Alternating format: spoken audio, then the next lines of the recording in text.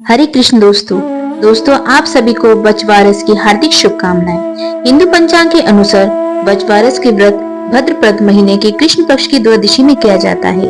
इस दिन महिलाएं अपने पुत्र की लंबी आयु के लिए यह व्रत रखती हैं और जिन्हें संतान नहीं वह भी यह व्रत रखकर संतान सुख की प्राप्ति प्राप्त कर सकते हैं। इस दिन व्रत करने के साथ साथ व्रत कथा का पठन करने से शुभ फल की प्राप्ति होती है। इस बार बचवारस 30 अगस्त 2024 को मनाया जाएगा। इस दिन गौ माता की बछड़े सहित पूजा की जाती है। इसे गोत्सव द्वादशी के नाम से भी जाना जाता है। इस व्रत का खास तौर पर महिला अपने संतान की लंबी आयु के लिए करती है।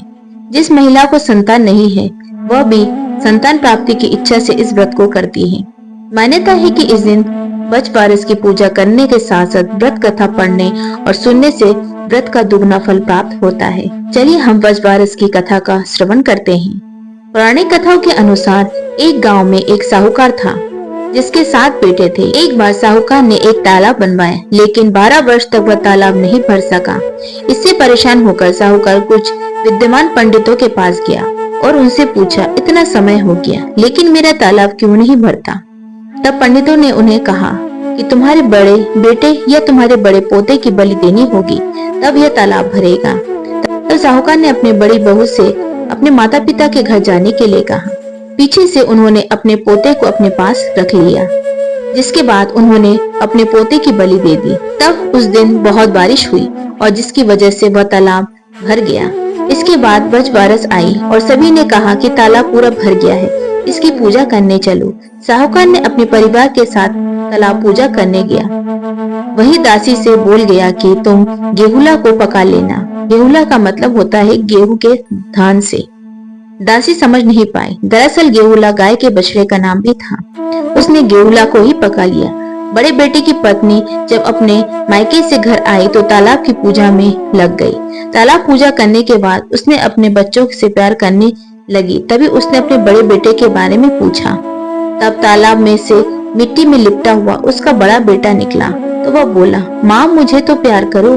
तब सास बहू एक दूसरे की तरफ देखने लगी। सास ने बहू को बलि देने वाली सारी बात अपनी बहू से कह दी। फिर सास ने कहा कि बचवारस माता ने हमारी लाज रख ली और हमारा बच्चा वापस कर दिया। तालाब की पूजा करने के बाद वह वापस घर को लौटे तो उन्होंने देखा बछड़ा नहीं था।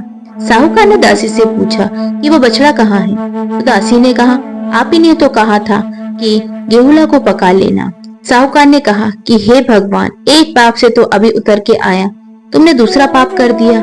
साहूकार के पका हुआ बछड़ा मिट्टी में गड़ा दिया। शाम के समय गाय वापस लौटी तो वह अपने बछड़े को ढूंढने लगी और फिर वो मिट्टी खोदने लगी।